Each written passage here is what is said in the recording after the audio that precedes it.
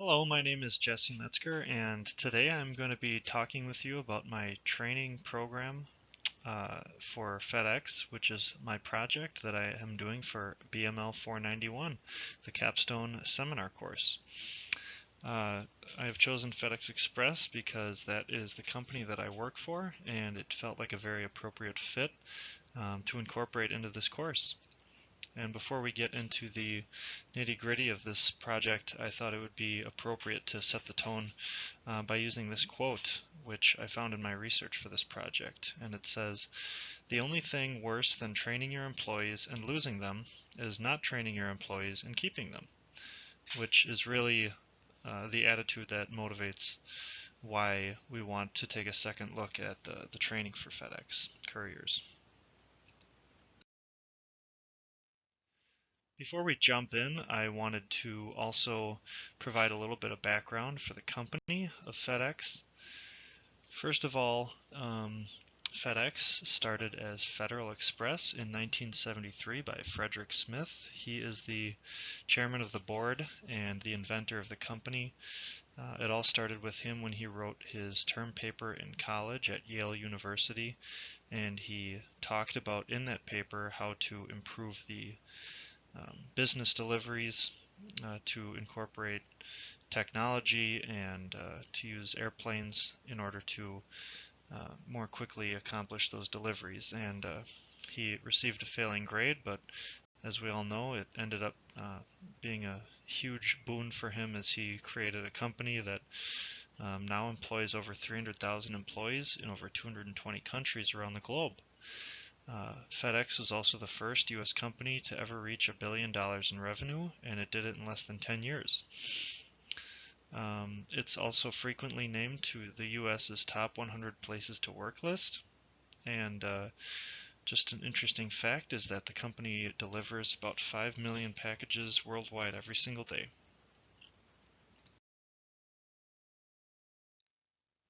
So first of all, let's look at what needs to change. What are the problems that are causing this training to be kind of reorganized? Well, first of all, the courier training program is insufficient, and that is personal opinion of mine as well as the personal opinion of other couriers that I've worked with, which made it, again, feel appropriate for me to use it as the subject of this project. Couriers are just feeling overwhelmed and confused when they leave the training, and it's not that the training doesn't give them any of the correct tools. I believe that it just does it using inefficient methods. It doesn't provide all of the tools in the best way that accommodates all the different learning styles. And as you can see there, it has 3 different learning styles: auditory, which simply means that those are the types of students that don't really need to take notes because their ears download that information better than most. Visual learners, they can just their eyes remember very well.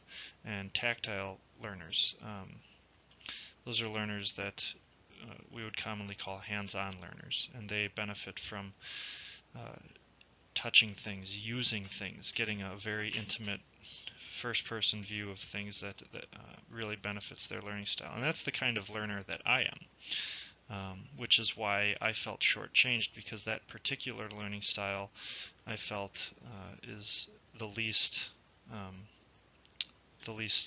focused on. Also, it is too abbreviated. The training is very quick. Before I started, I had talked to other couriers who said that the training used to be 2 weeks, and when I took the training it was over 5 days, 5 business days. So it went from 10 to 5, so cut in half essentially. And the logic there was, save money and just kind of cram it in and you'll figure it out. And that's kind of been the mentality at the company, but that might sound good on paper, and it might sound good in the finance department, but it doesn't always sound good, especially when you keep in mind that quote from the beginning, that it's better to have employees that are properly trained. So very short training, and then finally, it didn't really include much course group work, which I feel is beneficial for learning, especially once you've had a chunk of material presented to you, to just take a step back and let it sink in, talk with others about it. It's a very common learning technique that really benefits the learner.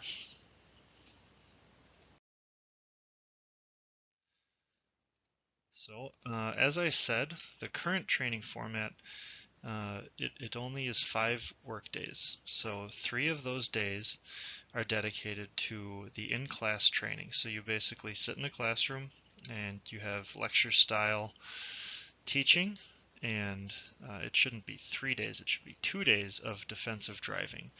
And that is actual hands-on learning, um, which you get driving behind the wheel of a FedEx vehicle, a truck, and so those 2 days there is an actual opportunity for hands-on learning.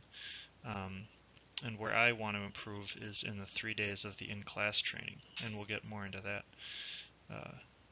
So as I mentioned, the in-class experience is pretty much lecture style, where the educator will tell you information and you're expected to follow along in the workbook or write it down, take notes, that sort of thing. And that really only benefits the auditory and the visual learners. So in the course, in the class, the couriers are taught essentially how to do the job, how to approach a customer, how to handle a package safely, how to deliver it, how to pick it up. There is time where you get to spend using the power pads. The power pads are basically the personal computers that are used for scanning and processing packages. And if you ever see a courier, you'll see them using one of those, because that's a pretty tried and true piece of technology that every single courier will have, whether they're with FedEx or with UPS or DHL or even the post office. And then finally, there is an exam which consists of a written exam, and the defensive driving exam simply consists of a driving test.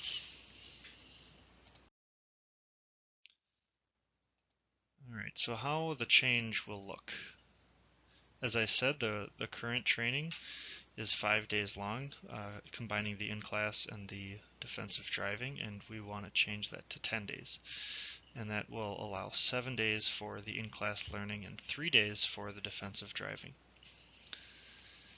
We also want to include group work after each checkpoint that will allow for classmates to discuss with each other, ask questions, and just get a better understanding of all the different principles and procedure that goes into being a courier. Next, we would also like to bring in veteran couriers at a certain point in each course, so that students have a chance to ask them questions, and the veteran couriers have a chance to share their advice with the new hires, because as with any job, there's going to be misconceptions, there's going to be stereotypes, and this would be a great opportunity for someone who's been with the company for many years to either break those stereotypes or those myths and put a lot of truth behind how to prioritize, how to do the job well and efficiently. And I would also like to include a portion of the curriculum to sort of be a moral and a core value training. Not that you will be replacing what any of these trainees have learned in their own homes growing up, but just to really hammer home the fact that as a courier you have the opportunity to make a positive reflection on the company. Couriers don't often understand that they are the face of the company. To the customers that they deliver packages to or pick up packages from every day, they are the face of the company. And with that in mind, it's important to know that they have a role in representing the company in a professional, courteous, and loving way.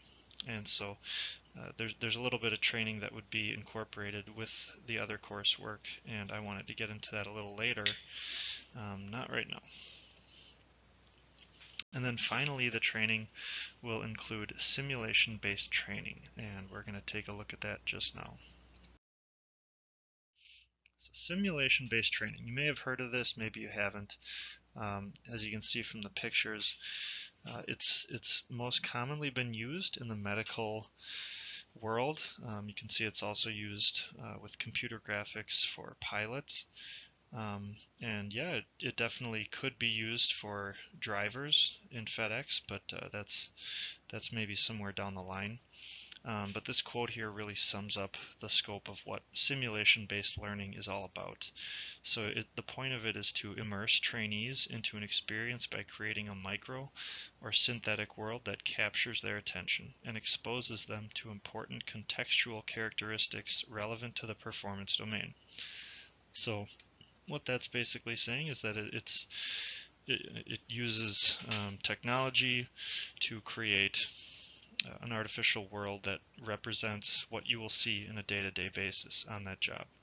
The high level of immersion possible with simulations may help engage learners and stimulate greater effort, particularly among younger students. And when they say younger students, they're referring more to kids that are in their 15 to 24 year range, especially those millennials who have grown up on the internet and expect rich, interactive, and even playful learning environments. So what this all means for FedEx and for this training doesn't have so much to do with the technology that you see the pilot using, but more just trying to create an artificial world of what a courier will see every single day and how they should interact with it, how they should behave with it. So really how that would look in this new training would be different training centers across the United States would be required to build very simple, rudimentary building fronts, like a facade of an apartment or the facade of a house, and the courier would be expected to practice delivering a package in that on that porch or on that building front, and they would be given different scenarios in which they would have to react to them, and through that hands-on learning they would learn how to react, how to see signs of see different signs that might cause them to think again about what they're doing. And really the whole point is to let them really experience it and feel it and not just read or listen. So here we have the different course principles that were applied into this project from all the courses in the business management and leadership degree. First of all, I used from servant leadership the ADU 302 course, how to minimize conflict, and that goes along with how I was saying that I would like to incorporate some of those moral values to the trainees because again, they are the face of the company, and with that in mind, understanding how to be polite, how to be courteous to the customer, that all ties in with that.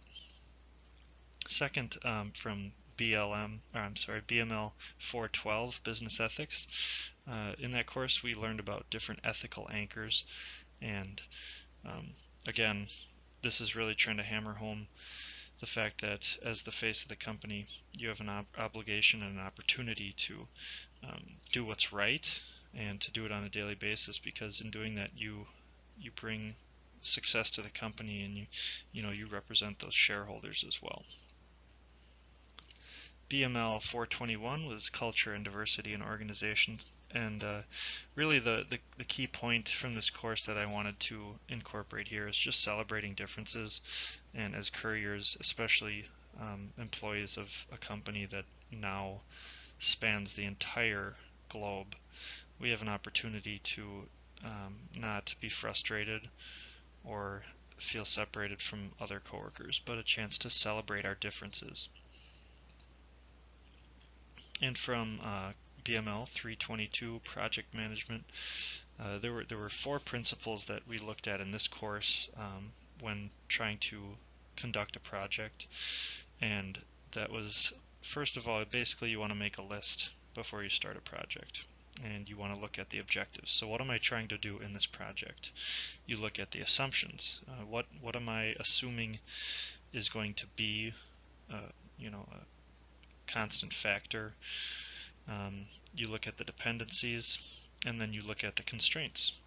And in doing that, you can kind of create the skeleton for the project, and from there you can fill in all the blanks. And that's what I did as I went through this project.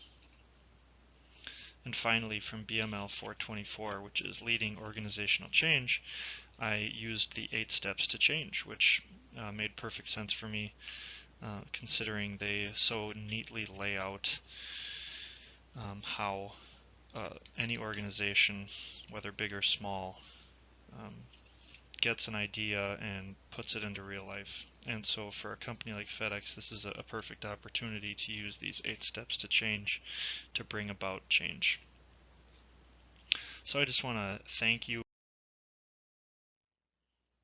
So I just wanted to thank you for following along with me through this project, and it was a very exciting opportunity for me to look at how my own company conducts its training, and they certainly do a great job, but I see some great opportunities here for really incorporating new styles of learning and new technology to benefit learners. And I mean, ultimately, the idea is to build the reputation of the company, to satisfy the customer, and in doing that, really bring glory to our Lord Jesus. And for me, that is the ultimate goal. And while I can't necessarily make it about that within this company, there's always a chance for me to do that myself. So I thank you for the opportunity to do this, and I look forward to taking all of these lessons and applying them to the next chapter of my life. Thank you.